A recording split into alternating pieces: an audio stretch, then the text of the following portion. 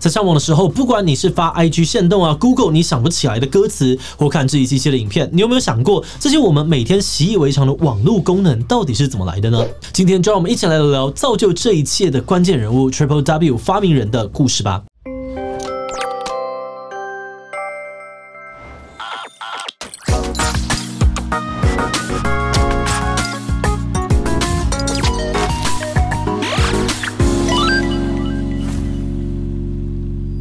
Hello， 大家好，我是志奇。网络已经是绝大多数人每天的生活必须了，而网络之所以能够变成现在这个样子，方便又普及，就不得不提到提姆·伯纳斯·李这一号人物。他开发出了史上第一个网页伺服器、史上第一个浏览器和史上第一个网页，以及如今数十亿人在上网时使用的主要工具 Triple W 全球资讯网。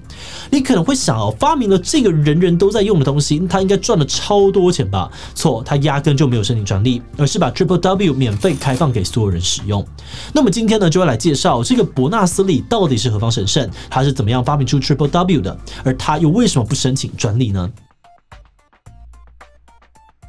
在介绍伯纳斯李之前呢，我们要先来介绍一个他最重要的发明 Triple W， 也就是全球资讯网 World Wide Web。很多人会以为Triple W 就是网络，但其实它只是一个建立在网络上面的服务，或者说工具，让你可以更方便的使用网络。简单来说 ，Triple W 是一种资讯系统，由很多互相连接的网页组成，让人们可以快速、方便的浏览网络上面的各种文字跟影音资源。那很多人之所以会搞混可能是因为 Triple W 的应用超级广泛，而且没有它，网络也会跟我们今天使用的样子截然不同。网络的诞生呢，一般会追溯到美国军方在60年代末发明的阿帕网。初期的网络呢，其实相当不好用，因为它的使用方式很繁复，需要很高的专业知识，而且功能还很少，里面更没有影音内容，通常只有一行行的文字。当时网络的应用程式各自独立，很常出现各种系统不相容的问题，而且网络也不普及，几乎只有政府单位啊、学术机构或大企业在使用，一般人几乎碰不到。这样子的状况呢，持续了20几年，直到一个年轻的英国工程师萌生了一个大胆的想法。1955年出生于英国的伯纳斯李从小就是一个电脑迷，他的爸妈都是数学家，还参与了世上第一台商用电脑的开发。后来他去牛津大学读物理学的时候，因为违规被禁用学校电脑，结果他就动手用旧电视啊还有手机自己组了一台出来。毕业后他成了软体工程师，并在1980年短暂的派驻到瑞士的欧洲核子研究组织 CERN 工作，而这里也是后来 Triple W 诞生的地方。刚到 CERN 的时候，他写了一个叫做 Inquire 的程式来辅助自己工作。这是一个基于超文本概念的资料索引系统。简单来说呢，就是让他在电脑上面查资料的时候，不用按照顺序阅读寻找，而是可以自由的跳转，快速找到需要的资讯。不过这个程式当时还不成熟，而他在 CERN 的短期工作结束之后 ，Inquire 的档案也被弄丢了。但是这个程式的概念一直留在他的脑中。后来伯纳斯李跑到一家电脑公司做了几年的网络设计，最后呢才又以正式职员的身份回到 CERN。对于伯纳斯李来说，这份工作是很有魅力的，毕竟 CERN 是全球最大的粒子物理实验室，有成千上万名来自世界各地的学者在这里跟他一起做研究。但是他做了一阵子之后呢，却倍感挫折因为在那里的人用的电脑跟档案系统都不一样，每次要找个资料或者分享数据都超级耗时费力。他甚至形容如果需要什么资讯，去茶水间问可能还比较快。而拥有网络经验的他，就开始在想，如果能够把当初他设计 Inquire 的超文本概念跟网络结合起来，就有可能创造出一个系统，让所有的电脑都可以轻松的互相分享资讯。1989年，伯纳斯李写了一份提案报告交给他的老板，大意是呢，他想要用超文本技术在网络上面建一个新的系统。这系统呢会像一张网把所有的资讯串联起来。而他老板在刚看完的时候，并没有马上批准，只是在报告上面写下模糊但令人兴奋。这直到快1年之后呢，他才点头让伯纳斯李把这当作非正式专案来做。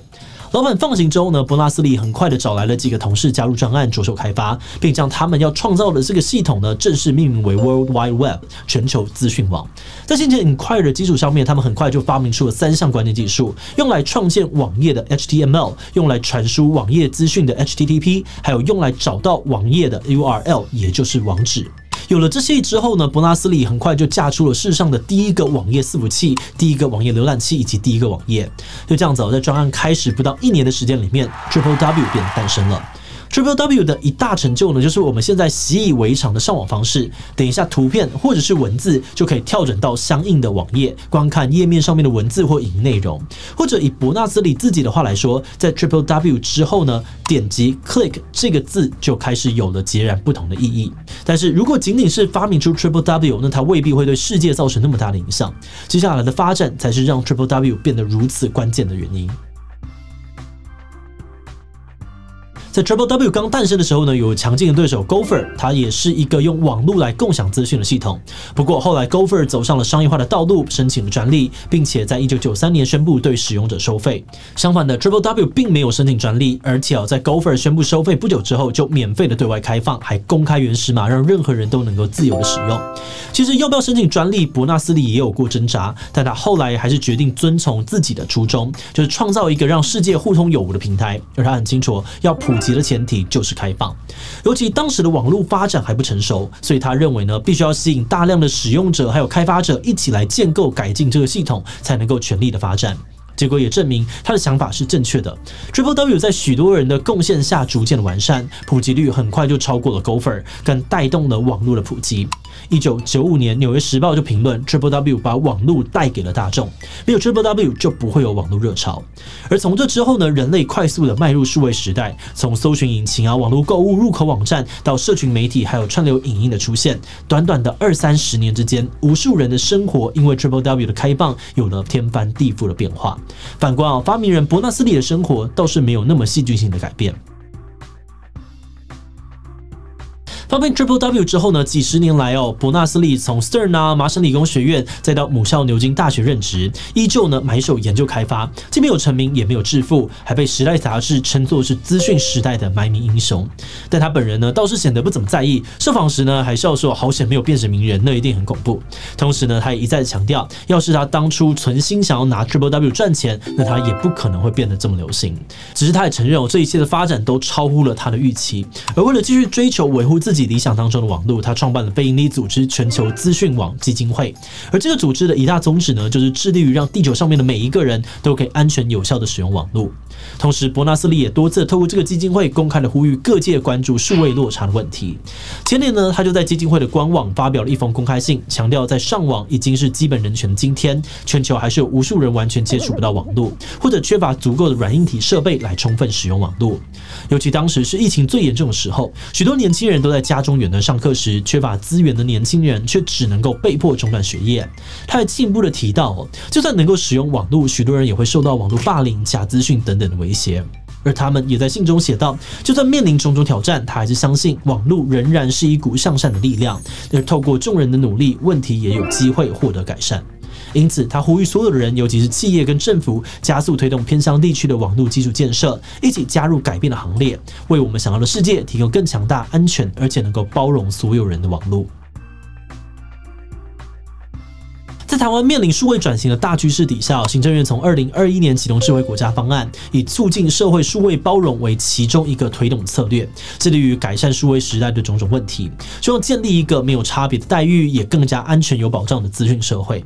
首先，针对数位落差的问题呢，推出了多项促进数位平权的政策，希望能够让所有的族群背景的人都能够获得一定的能力还有机会去使用数位工具。因此，政策的一大重点是改善台湾偏远地区网络设备跟资源匮乏的问题。截至去年底，全台湾86个偏乡市镇都完成了5G 行动频宽高速基地台的建设，而且呢，在全台湾735个原住民部落当中，也设置了超过3600个 WiFi 热点服务。此外，教育部在2021年启动了班班有网路、生生用平板的政策，也优先支援偏远地区的学校，让每位学生都配发到一台辅助教学用的平板，非偏远地区则是6班1台。同时，政策也致力于充实数位教材内容，并且试办开放让学生带平板回家，进一步的增加他们自我学习的机会跟资源。此外，为了应对网络滥用的问题，政策也强调以人为本的数位转型，也就是在整体社会迈向数位化的过程当中，同步提升民众应用数位工具的能力跟素养，来创造更好的网络环境跟生态。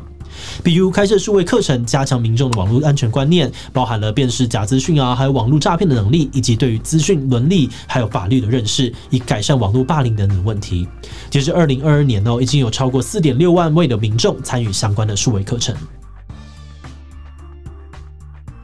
上网就好像是吃饭啊、睡觉一样，已经是我们日常生活当中的一部分了。日常到我们可能会忘记这件事情，其实不是那么的理所当然。曾经上网是属于少数人的特权，直到一个异想天开的工程师发明了 TripleW， 还免费开放了所有人使用。但是只有这样子还是不够，上网也需要软硬体设备啊、基本电信服务以及正确使用网络的素养跟能力。但依然有很多人没有这样子的资源，而且在网络普及的过程当中，也会出现很多衍生的问题需要解决。那么觉得这些问题本质上都不是新的，只不过是换上了网络作为载体。比如数位落差的本质其实就是落差，也就是贫富、阶级差距等等的问题。而至于网络霸凌、诈骗、假新闻等等，拿掉网络2个字之后，也都是本来就存在的。但是正因为网络发展得很快所以这些既有的问题会更容易被放大。比如在社会底层的人可能会无法利用网络自我学习，或找到可以帮助自己的资源，而当其他阶层的人都能够这么做的时候，他们之间的能力落差就会变得更大。那么觉得这种状况就好像是整个社会搭上了名为数位化的快速列车，但却有些人买不起车票，或者是赶不上车而被抛诸在后，越离越远。对于这种状况，我们一方面悲观的认为这些问题既然是自古以来就存在的，那恐怕也是不可能根除的。但另外一方面，我们又乐观的相信这些问题是可以尽力被改善、被减轻的。那对于我们来说，与其等天才出现帮我们解决问题，或许我们自己也可以从身边的小事做起，比如教身边不太会用网络的长辈怎么样辨识不实资讯跟诈骗等等。虽然可能只是很微薄的小事但我们觉得就像实体世界当中的许多问题，可以靠着群体的力量去改善，在网络上面每个人的力量聚集起来，也能够发挥很大的作用。好的，那最后就想来问大家，你怎么看 TripleW 带来的影响呢？改变世界的创世发明没有它，我现在哪能够在这里留言？有好有坏吧，确实让很多人的生活更加方便，但也加剧了很多的问题。所以我觉得没有什么了不起的就算没有它，网络普及也是早晚的事情。其他请留言告诉我们吧。最后，如果你喜欢今天的影片，欢迎分享出去，让更多人知道 TripleW 发明人的故事。此外呢，也可以点击这个地方看网络霸凌的讨论以及暗网的介绍。那么今天的这期就到这边告一段落，我们就明晚再见喽。